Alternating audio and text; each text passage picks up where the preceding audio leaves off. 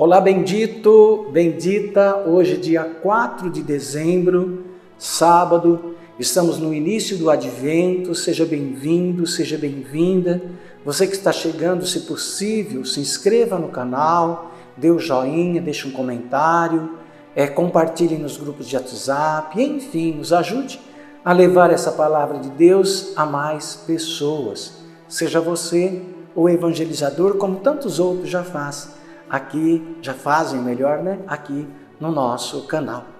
Nós trazemos hoje a imagem de Nossa Senhora do Carmo, nossa mãezinha, e hoje é dia que nós levamos no altar os seus pedidos de oração, Quarta e sábado, 2 dias que nós lembramos Maria Santíssima como a grande intercessora. Então rezo por você. E também aproveito para agradecer todas as vezes que você contribui aqui no canal, fazendo esses exercícios de compartilhar, de curtir, enfim, aqueles que ainda nos enviam uma moedinha, vamos caminhando juntos. Hoje nós temos uma memória, São João Damasceno.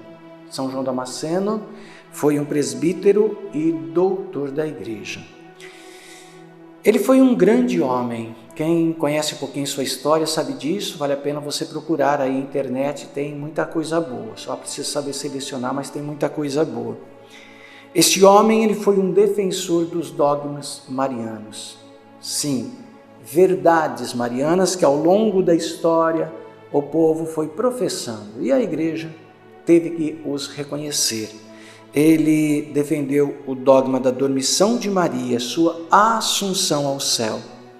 Ele também foi um homem que combateu as heresias no seu tempo. Escreveu hinos e textos litúrgicos bizantinos. Vamos ouvir a Santa Palavra? Primeira leitura. Leitura do livro do profeta Isaías. Assim fala o Senhor, o Santo de Israel. Povo de Sião, que habitas em Jerusalém, não terás motivo algum para chorar. Ele se comoverá à voz do teu clamor. Logo que te ouvir, ele atenderá. O Senhor de certo dará a todos o pão da angústia e a água da aflição. Não se apartará mais de ti o teu mestre. Teus olhos poderão vê-lo. Teus ouvidos poderão ouvir a palavra de aviso atrás de ti. O caminho é este para todos. Segui por ele. Sem desviar-vos à direita ou à esquerda. Ele te dará chuva para a semente, que tiveres semeado na terra, e o fruto da terra será abundante e rico. Nesse dia, o teu rebanho pastará em vastas pastagens, teus bois e os animais que lavram a terra comerão forragem salgada, limpa com pá e peneira. Haverá em toda montanha alta e em toda colina elevada arroios de água corrente, num dia em que muitos serão mortos com o desabamento de seus torreões. A lua brilhará como a luz do sol, e o sol brilhará 7 vezes mais, como a luz de 7 dias, no dia em que o Senhor curar a ferida do teu povo, e fizer sarar a lesão de sua chaga.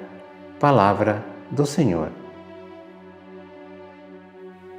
Salmo. Felizes são aqueles que esperam no Senhor. Louvai o Senhor Deus, porque Ele é bom. Cantai ao nosso Deus, porque é suave.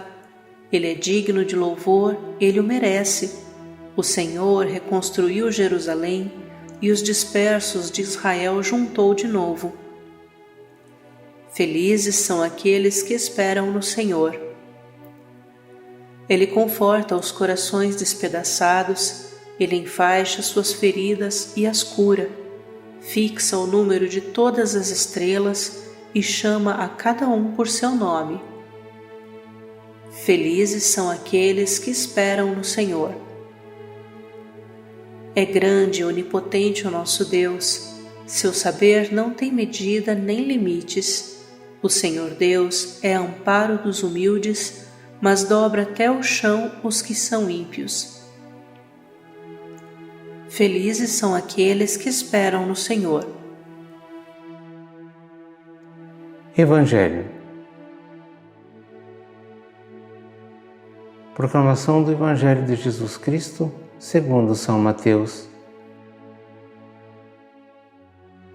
Naquele tempo, Jesus percorria todas as cidades e povoados, ensinando em suas sinagogas, pregando o Evangelho do Reino e curando todo tipo de doença e enfermidade. Vendo Jesus as multidões, compadeceu-se delas, porque estavam cansadas e abatidas, como ovelhas que não têm pastor. Então disse a seus discípulos: A messe é grande, mas os trabalhadores são poucos. Pedi, pois, ao dono da messe que envie trabalhadores para a sua colheita. E, chamando os seus 12 discípulos, deu-lhes poder para expulsarem os espíritos maus e para curarem todo tipo de doença e enfermidade. Enviou-os com as seguintes recomendações: Ide antes às ovelhas perdidas da casa de Israel. Em vosso caminho anunciai: o reino dos céus está próximo. Curai os doentes, ressuscitai os mortos, purificai os leprosos, expulsai os demônios. De graça recebestes, de graças deveis dar. Palavra da salvação. Muito bem, vamos refletir um pouquinho. À luz da palavra de Deus que acabamos de ouvir, nós podemos guardar no coração hoje para levar para o nosso dia, para a nossa vida, que Deus cumpre as suas promessas, que Deus não abandona o seu povo, que Deus não deixa à margem ninguém daqueles que lhe pertence, que se volta para si procurando como salvação, como esperança, como graça, como bênção. Vimos isso se cumprir. Na primeira leitura, o profeta Isaías apresenta um Deus que, mais do que está presente, Ele cura as feridas, as dores, o sofrimento do seu povo. Portanto, se mostra um Deus atuante, um Deus presente. E isso ali no Antigo Testamento. Deus faz experiência com o seu povo, permite o povo experimentar o seu amor. Ora, o Antigo Testamento faz essa profecia e essa realidade ao mesmo tempo, porque o povo fez essa experiência, está escrito. Agora, quando chega Jesus, no Evangelho, Jesus está a ensinar. E além de ensinar as coisas do céu, as coisas do Pai, agora também Ele faz cumprir essas profecias que lá no Antigo Testamento já eram experienciadas. Ele também cura os seus irmãos e irmãs, o povo de Deus, dos seus males. Ele os anima na caminhada, Ele ensina a pedir ao Pai, ou seja, como se dirigir a Deus no céu. O que pedir, como rezar. E aí ele ainda vai falar de uma necessidade, quer dizer, além de instigar o povo a rezar, ainda ele abre uma necessidade que ele vê que é muito importante para o seu tempo. E por que não dizer para o nosso tempo também? Jesus diz que a messe é grande, mas os operários são poucos. Então, para que eles rezem pedindo operários para a messe. Porque o Evangelho é a salvação e o Evangelho precisa ser levado. E se não tiver quem fale, como que vamos ouvir? E se não tiver quem ensina, como vamos aprender? Daí por diante, Padre Zezinho até tem uma música que fala nesse ponto, não é? Então, Jesus agora fala de uma necessidade de pedir operários para a messe. E na sequência, ele mesmo vai enviar os seus discípulos em missão. Hoje, mais que nunca, precisamos de operários para a messe. A igreja está desprovida de vocações, sobretudo para o altar. Será que Deus fechou a mão? Será que Deus não está mais construindo a vocação, sobretudo, presbiteral, do altar, da Eucaristia, de ouvir as confissões, de perdoar pecados? Ou será que nós não estamos sabendo pedir? Ou nem estamos pedindo melhor, nem rezando estamos. Já estamos assim tão tranquilos que já achamos que não precisamos mais desses sacramentos, que não precisamos mais se cumprir a ordem de Jesus, fazer isso em memória de mim, portanto, não precisamos mais de padre. Então não vou nem pedir e nem rezar. Jesus afirma que é necessário. Então, penso assim, ainda esses dias discutindo, não é assim com mais alguns religiosos e ouvindo alguns leigos, a necessidade, porque nós somos tão poucos e os trabalhos que nós estamos são tão árduos, tão difíceis, precisa de mais gente. A vida religiosa está se desgastando, e desculpe de falar de nós agora um pouquinho para você, de tal modo que nós haveríamos de morar pelo menos 3, como que se vive uma vida fraterna? 3, pelo menos. E nós estamos morando em 2 para poder atender o povo de Deus. Isso não dá certo, se desgasta a vida religiosa e isso nos tira do eixo condutor da nossa identidade primeiro, né? Do nosso objetivo, do nosso nascimento, da nossa missão dentro da igreja.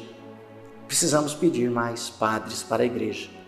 Então, como aumentar os padres? Eu vou falar uma coisa aqui que talvez você vai falar assim, vou aplaudir o senhor, Frei. Pode ser que alguém vai falar, Frei, nem pensar, porque as ideias se dividem. Eu não sou contra que o padre se casasse. O padre diocesano, a igreja poderia abrir. No início da igreja, Pedro tinha uma família, não é? E tantos outros que serviram tinham uma família. O casamento não é um pecado e nenhum erro. É que deixa em divisão, né? Imagina o padre com a sua esposa grávida, precisando socorrer para nascer o bebê, e um paroquiano enfermo, precisando de uma unção dos enfermos. O que você vai socorrer primeiro? Então, isso é difícil. Mas por causa de ter a família não seria problema para o diocesano. Por quê? Porque ele se fixa numa cidade, ali poderia prestar o seu serviço, ali poderia educar seus filhos. Nós, religiosos, precisamos mudar para lá e para cá. Isso não dá certo. Aliás, a nossa vocação de religiosa, é de viver na companhia de outros irmãos esta fé. Portanto, é nato nosso a vocação de viver só, de renunciar à família. Mas poderíamos que os diocesanos se casassem, ficasse a opção para quem quiser, não é? E assim, quem sabe, aumentássemos o número de sacerdotes na igreja. Outra coisa, se Papa Francisco abrisse para que os padres casados hoje no Brasil voltassem a exercer as suas funções nas comunidades, nós temos mais de 13 mil padres. Se voltasse a metade, já teríamos 7.500. Olha o passo que nós daríamos. Mas é possível que nós ainda não temos essa compreensão. E é possível que nós ainda brigamos, ainda não aceitamos e ainda exigimos. Mas talvez nada fazemos, não dobramos os joelhos, não rezamos, não pedimos. Reclamamos quando não temos. Fica aí a nossa reflexão. Que o Deus da vida te abençoe, meu irmão, grandemente. Nossa Senhora do Carmo, chegue no seu lar com as bênçãos de Deus na mão. A bênção do Pai, do Filho e do Espírito Santo. Amém.